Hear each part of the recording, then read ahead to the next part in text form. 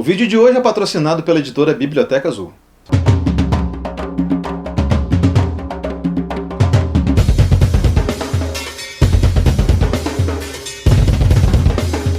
Livro de hoje, Cemitério de Lunáticos, Ray Bradbury, cara, nossa primeira parceria comercial com a editora Biblioteca Azul, né, cara, grande editora aí do selo da Globo Livros. Então, publicam o Bradbury aqui no Brasil, né, então, assim, o Fahrenheit 451, Crônicas Marcianas e todos esses livros clássicos do Bradbury que você conhece são publicados por eles.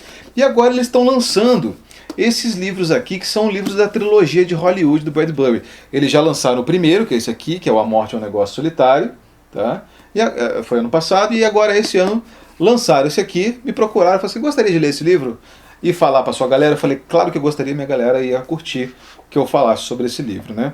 Até porque, assim, o Bradbury, ele é muito conhecido pelas ficções científicas, mas ele não escreveu só ficção científica, inclusive ele escreveu várias outras coisas e escreveu para o cinema também. De modo que esse livro aqui, O Cemitério de Lunáticos, não deixa de ser uma ficção que resvala em muitos pontos de contato com a própria vida do autor, que, como eu falei, escreveu para Hollywood, né? Esse aqui é um romance policial publicado em 1990 que se passa na Hollywood da década de 50. Então o que acontece?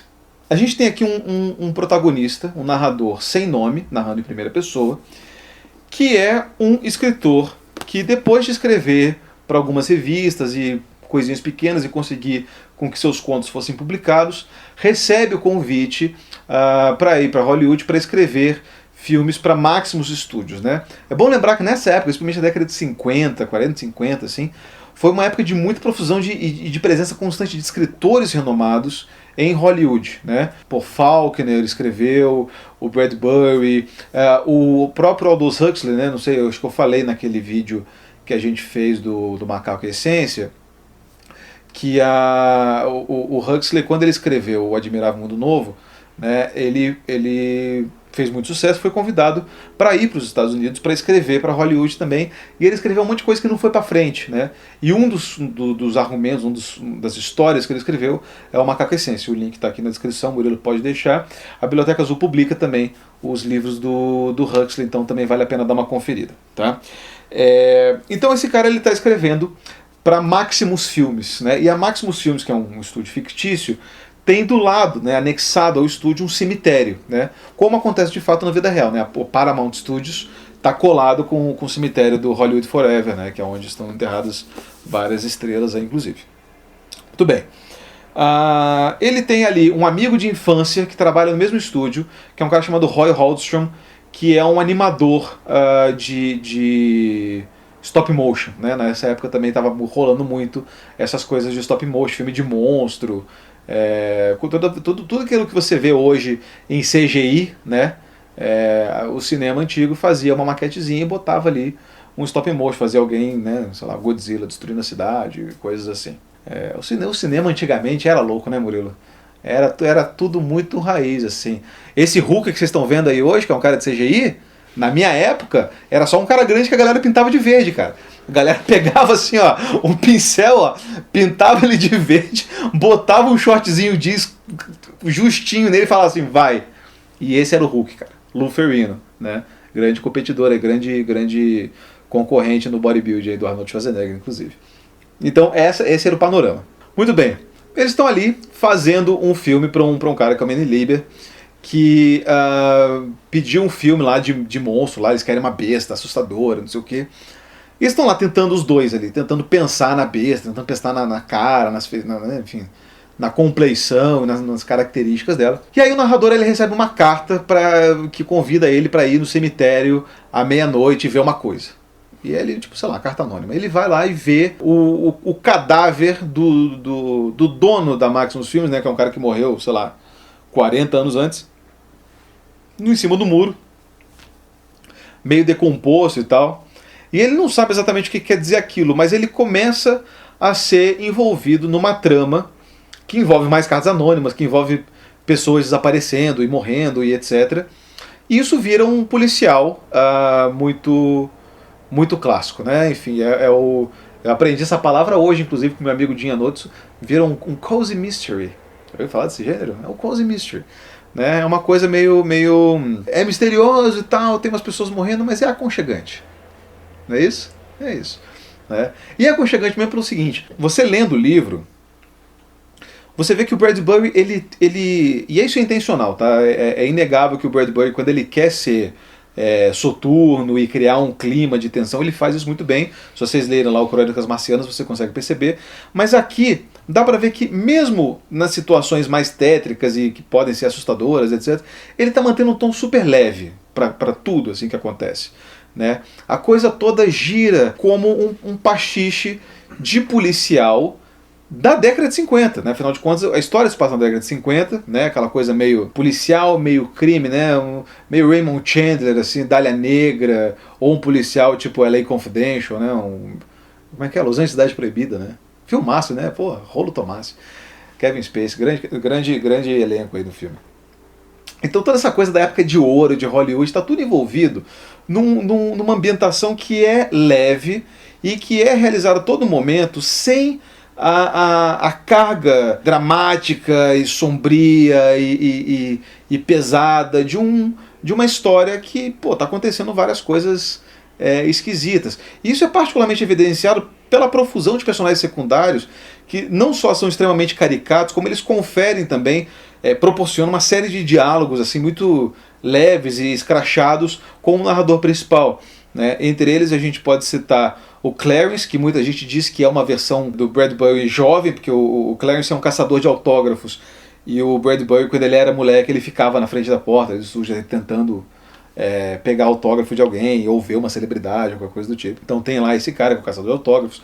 Tem também uma atriz que ele sugere que talvez seja alguma diva que já está assim, né, numa descendente, que é a Constance Rattingen, uma dessas várias beldades abandonadas pela indústria de celebridades de Hollywood, que está sempre precisando de mais. Então se vocês já viram algumas figuras parecidas em filmes como O Crepúsculo dos Deuses, do Billy Wilder, ou O Desespero de Verônica Voss, do Fassbinder, enfim, né, essa galera, né, esse tipo de personagem.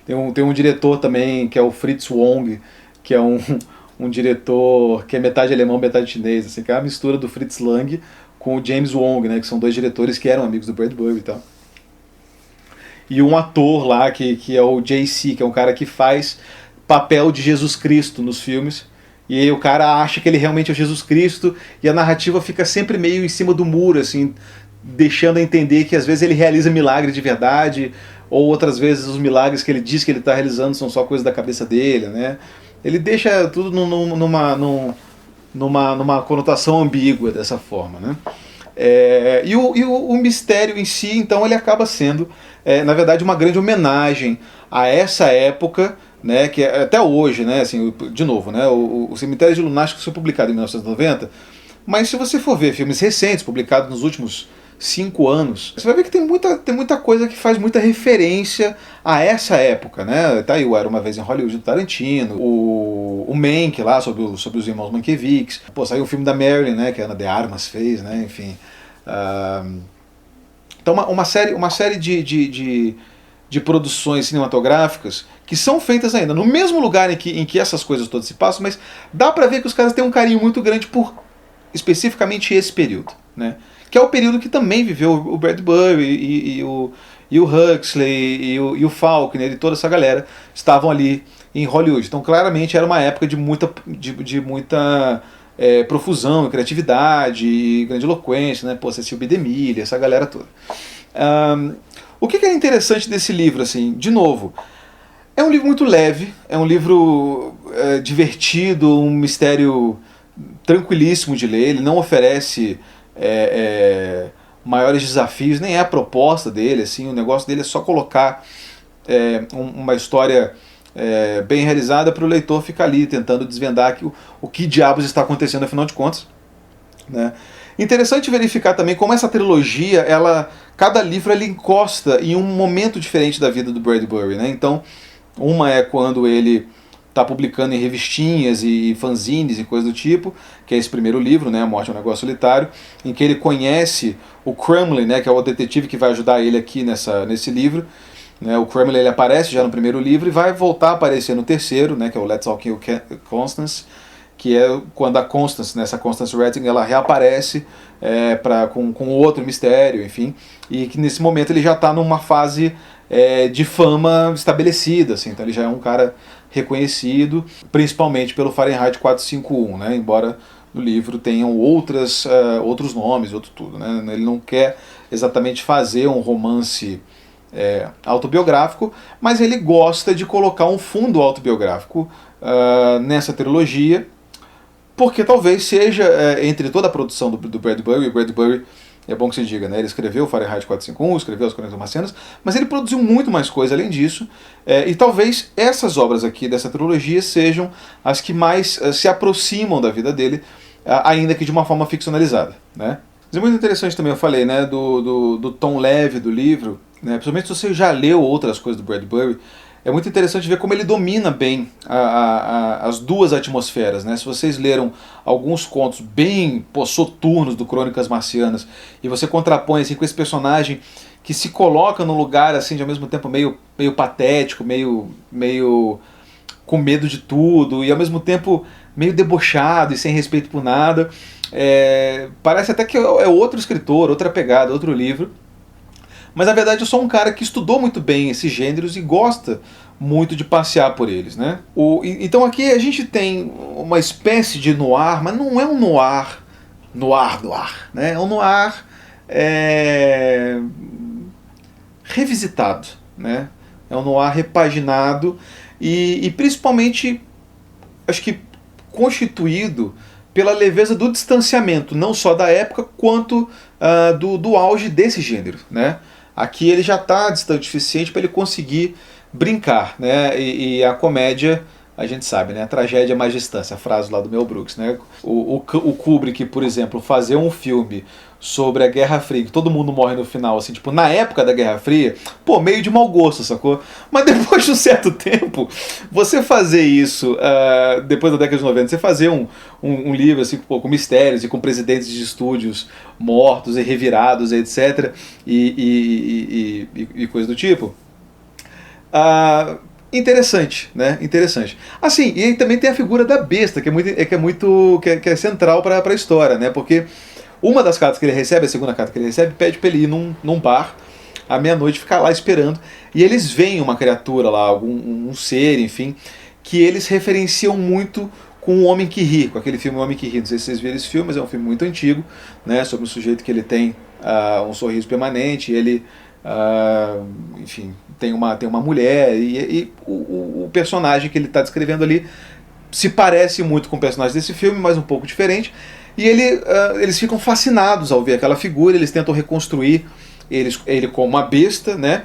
E aí a partir desse momento tudo começa a degringolar, porque os diretores falam, não, isso é uma besteira, vamos parar com isso aí, parou, não sei o que, os caras falam assim, não, qual que é que os caras estão desconfiados aí que a gente está fazendo essa besteira? Eles sabem de alguma coisa que a gente não sabe, então começa um mistério a partir disso e dessas cartas misteriosas que ele está recebendo.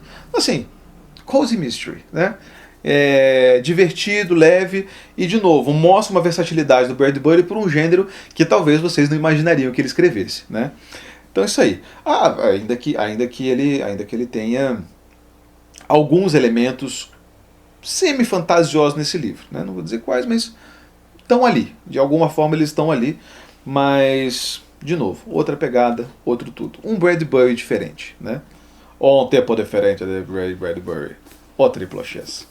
Cemitério de Lunáticos, segunda parte da trilogia Hollywood, tá? Livraço, ele tem umas 420 páginas. Esse A Morte é um Negócio Solitário um pouco menor, tem umas 310, tá? E eles estão sendo publicados aqui pela Biblioteca Azul, tá ok? Vamos ver se eles publicam depois o último livro da trilogia. Quem sabe a gente volta aqui para comentar também.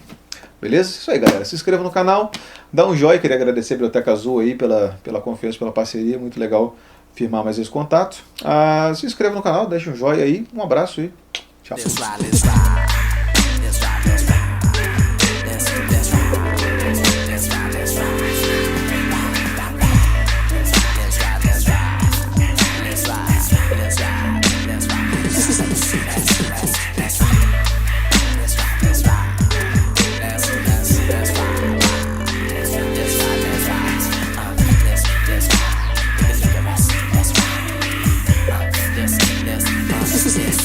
Represent M-I-A-M-I. Drive like a semi. Am I just another brother like a lover like M.I.? Think